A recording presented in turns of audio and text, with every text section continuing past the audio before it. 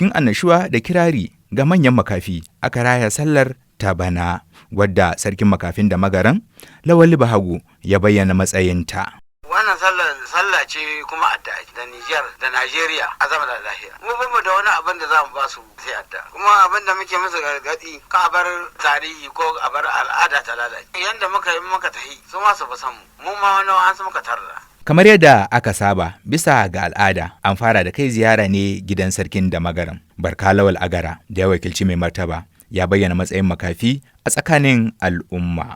Wannan addu'a dai ta makafi tana da tushe kankanin masarautar da magaram da makafin tun daga kawar masarautar da magaram zuwa yanzu ga irin abubuwan da ke gudana. Muna wa jama'a godiya da wanda suka ziyarto mu daga waɗansu gurare daban musamman ma su makafi da ƴan uwa abokan tahiyar su ƴan Najeriya muna musu addu'a Allah mai da su gidansu lafiya. Inda ƙungiyoyin na makafi kan yi amfani da ranar wajen wayar da kan ƴan uwansu.